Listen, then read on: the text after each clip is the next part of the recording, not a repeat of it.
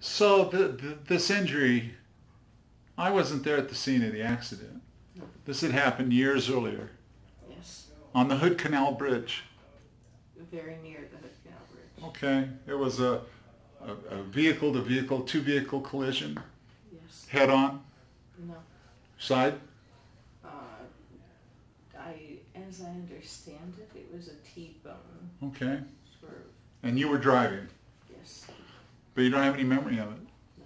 Even today? No. And you had a passenger? Yes. What was his name? Andrew Lauren Foreman. And you and he were romantically involved at the time? We were engaged. And you know that Andrew Foreman had a child. Yes. And you know the name of that child? Maya Joy Ursa Smith. My granddaughter. Yes.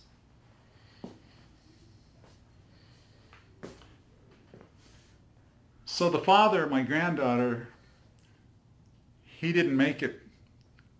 He was in this accident. He was in this accident. He was my passenger. And he was airlifted to Harborview Trauma Center. I believe he died in transit. So he was dead on arrival. I believe so. And I was unconscious at the time. and so you survived, Yes. but barely. But you weren't laying on the floor, hadn't been in an accident that day in the courthouse on 9/27/11. No. But you were still suffering the effects of that accident. Always will be. And so you needed help. And I attempted to help you. Yes. And Sara Dotson attempted to prevent that help. Yes. After a remonstration with her. Having been advised of my need. Yes. Okay. Did you come to learn that she had been told prior to 9/27/11 about your injuries? She has made some comment to that effect in her statements. There's another question that arises about this conversation. You had more than one conversation with her at a subsequent date in that same courthouse in a courtroom. Did you have occasion to meet Sara Dotson again? I don't recall. Well, yes, I saw her in a courtroom, and I saw her outside of the courtroom in that same open area. But at a later date? Yes. And you had occasion to speak with her? Yes. And she had occasion to speak to you? Yes. And you spoke to each other? Yes. Very good. I'm going to ask you a little bit about what you remember from that conversation. Okay. Did you volunteer to Ms. Dotson that you resented the paperwork and declarations that your daughter had filed in her petition for emancipation? I believe I did, yes. And you made reference to your daughter's characterization of you. I believe so, yes. And did you make a statement to Ms. Dotson that you believed that your daughter had dragged you through the mud? Yes. And did Ms. Dotson comment on your remark? Yes. Did she say something to the effect of, well, that's not how I told her to fill out the paperwork? It was to that effect. I'm not sure of the wording, but yes. That she was disappointed that Christina had filled the paperwork out differently than she would have had her do? I believe her words were, I didn't tell her to fill it out like that. Okay. So she implied that she had told her to do it differently? That is what I thought she meant. That's what you understood her to mean? Yes. Okay. Okay, I want to shift a little bit to another meeting that you had with Heather Reid. On an occasion when you had your mother come with you to the courthouse, the same courthouse, the family and juvenile courthouse. Yes. Okay. Earlier you made reference to Sara Dotson making a number of inquiries into who I was and what my involvement with you was. Yes. Did Sara Dotson ask you if you and I were lovers? Sara Dotson did not know. Did she ask if we'd slept together? No. If she had, would you have been offended? Yes.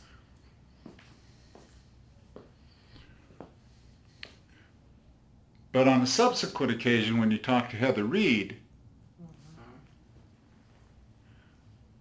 Heather Reid was also eager to strip you of accommodation. Yes. She told you you couldn't have your mother with you. Yes. She wanted you to speak with you alone. Yes. She insisted. With no witnesses. Yes. Just the two of you. Yeah. And you spent some time talking to her. Mm-hmm. How long? That would be hard for me to estimate. Was it 5 minutes, half an hour, 2 hours? What's your best guess? It was more than 5 minutes and less than 30. Okay. Did she spend a substantial amount of that time asking about me Yes. rather than your daughter? The majority of the time was spent asking about you. Was one of the first questions she asked you is whether we were lovers? Yes. You told me about this conversation somewhat later. Yes. Did I express interest or curiosity about this conversation? You expressed interest, curiosity, shock, dismay. Would disgust be a fair word? Yeah. Did I ask you what you told her? Yes. And what did you tell me that you told Heather Reid? To that question. To that question, I told her, she asked the question several times. I told her I would respond that that was none of her business. No, we were not lovers. I had known you since childhood. That was really none of her business. What does that have to do with the case? But she wouldn't leave it alone. No. You expected the time that she spent with you to be spent discussing your relationship with your daughter. I did not expect, well, I suppose I expected some discussion of my relationship with my daughter, and I expected some discussion of the practicalities, the ins and outs of a petition. But you didn't expect, Sara, next legally. You didn't expect Heather Reid to be spending so much time discussing what you did in your bedroom. I did not expect her to spend any time discussing what I did in my bedroom. Were you offended? Yes. But the conversation continued. Yes. Even after she asked you several times whether you had slept with me. Yes. At some point, did she suggest that she'd like to have myself banned or forbidden to come over to your household? I don't believe she suggested that. I believe she spelled it out quite clearly. Okay. And did she ask you how often I came over to your household? Yes. And you told her, well, how'd you answer it? How often did you tell her I averaged coming over? I think I told her that you've been over once in the last 3 years. Once or twice? Once or twice in the last 3 years. Not very often. No. But that has nothing to do with the fact that we're friends. Oh. Okay. We both own telephones. And we live some distance apart. Mm-hmm. Would you say maybe 50 miles? That sounds about right. Maybe a 100-mile round trip? I've never clocked it. That sounds about right. Okay. So initially you resisted Heather Reid's overtures to assist her in having me forbidden to come to your home? Initially, I resisted that. I was offended at the suggestion. Amy, did Heather Reid accept that resistance? She did not. She told me that if I insisted on allowing you to continue to come over, it would be pretty much a sure thing for Christine to be put into protective housing. I can't hear you. That it would be pretty much a sure thing for Christine to be put in protective housing, that if I insisted on having you continue to come over, it would look badly with the emancipation petition, and that it would probably go against me, that is to say, in favor of Christine's emancipation. And then she told me that if I continue to allow you in the home, that Christina would probably get protective housing. And if Christina got protective housing, then DSHS would get involved. Let's break this up into shorter questions and answers. All right. So, Heather Reid attempted to persuade you that there would be consequences to you if you didn't accept her proposal to have me prohibited from visiting you or coming over to your home. Mm-hmm. Even though I'd been there so seldom. Yes. You understood, though, that I'd been somebody that had been helping you. Yes. One of your primary benefactors in this instance, yes, having to do with your issues with the emancipation petition. You have been my biggest help through the emancipation petition. I also attempted to help you with your Social Security claims involving survivor benefits. Yes. And you've been helpful before this even came up. You've been a positive presence. And you were grateful. Yes. And your mother, her name? Sandra, buddy? Does she know me? Yes. Did she know my help, the assistance, the accommodation that I was providing for you? Yes. And was she grateful? Very. And your father? Did he know about it? I don't know what Dad knows. Okay. But you continued to resist Heather Reid's overtures to you to go along with what she was proposing. Yes. At that point, when persuasion failed, did she threaten you? Yes, she did. Did she threaten to remove your youngest daughter, Lily, from your home? It was not quite that clear. She made use of suggestive language. I see. How old was Lily? At the time? Yes. Yeah, she just turned 6. She just turned 6. 6 and a half. This is your birth child. Yes.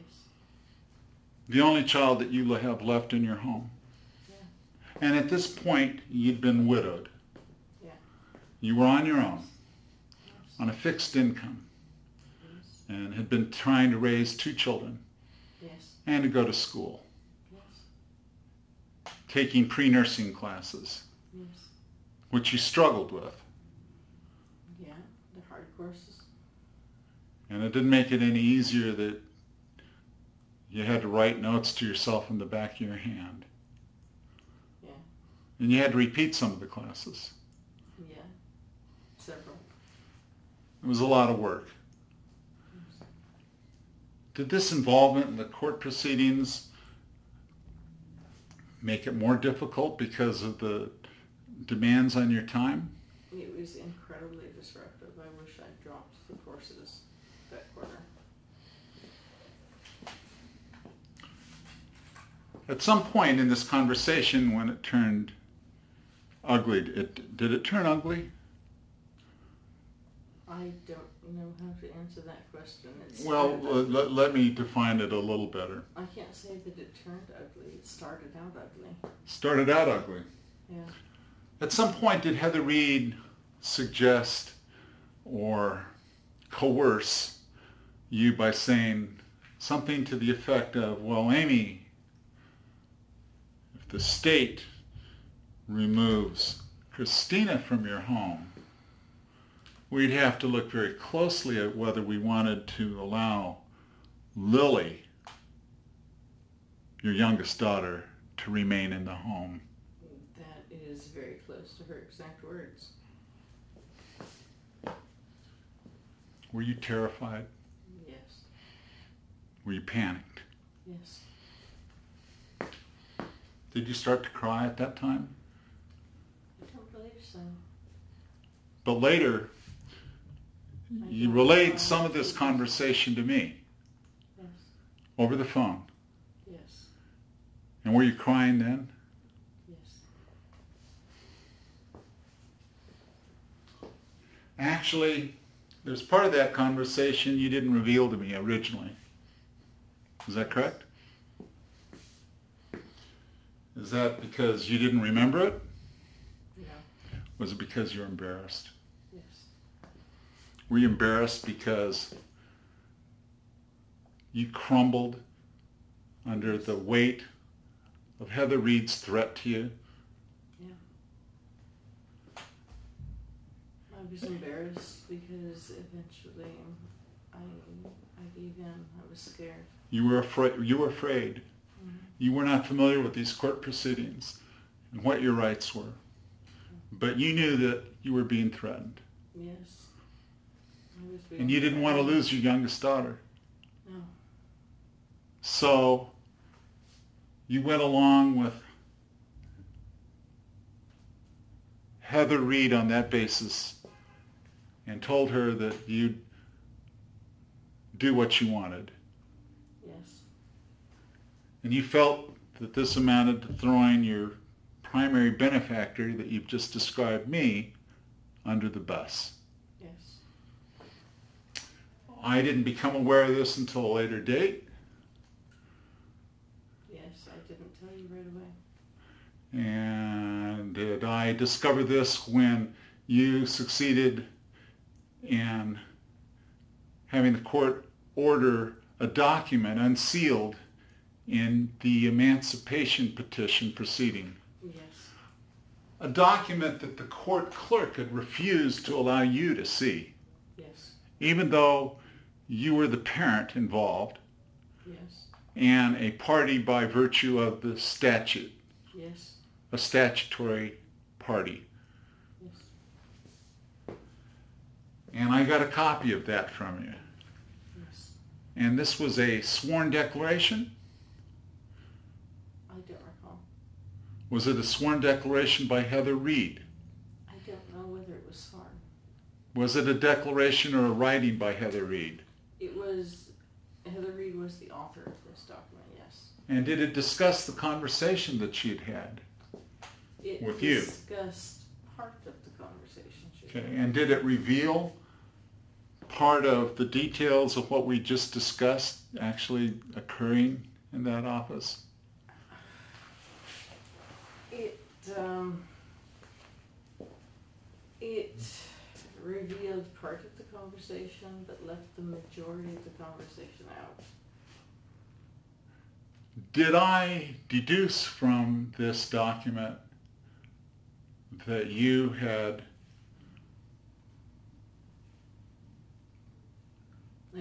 agreed to the demands of Heather Reid? Yes, you did. And you were embarrassed that I discovered that. Yes. And you offered me an explanation. Yes. And was the explanation you offered that you only agreed to this because you were terrified? I think that's That's what I said. I was crying when I was telling you about it too. You were upset. You were crying. But looking back on it, you agreed to Heather Reid's demands because you were frightened. Yes. And do you believe that she intended to frighten you? Yeah. Okay.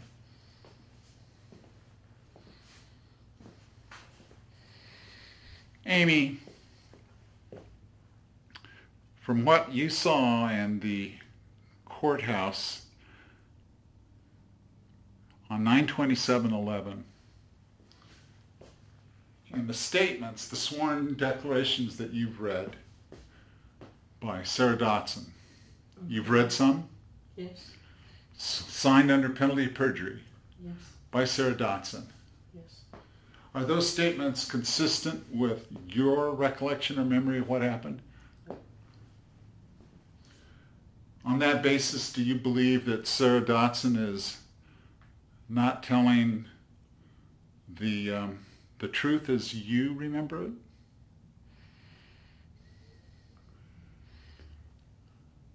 Does it conflict with what you recall? Do I believe that what she said is untrue? Yes. Yes, that is what I believe.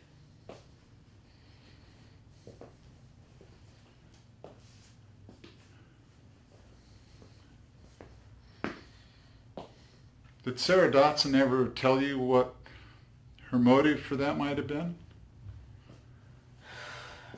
I don't believe so, no. Okay.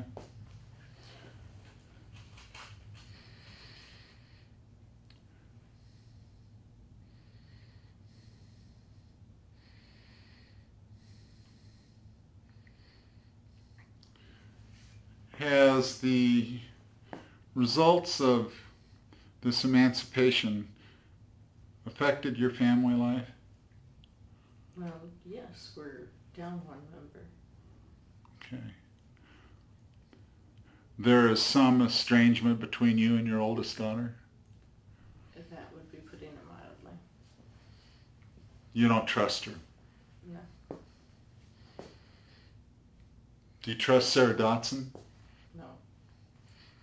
Do you trust Heather Reid? No. Do you trust me? Yeah.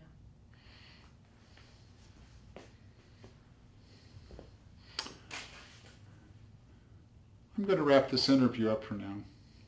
It's almost 5 minutes to 4 o'clock. Yeah. I want to thank you for spending the time to go over this with me.